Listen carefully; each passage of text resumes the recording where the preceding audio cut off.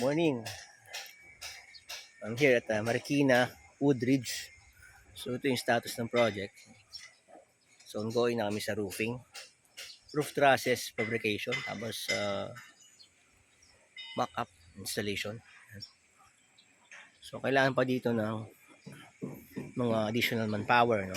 Like laborers, mason, plumbers, electrician. Ano pa isa? So yun, nag-post na ako sa online to invite people to join here, no? So ito yung facade niya. Punta ko sa harap. So, marami langaw. Aray ko. Okay, check. So yun. So para siyang plancha, no, yung design. So, align pa namin yung trusses niyan. Should be parallel dito.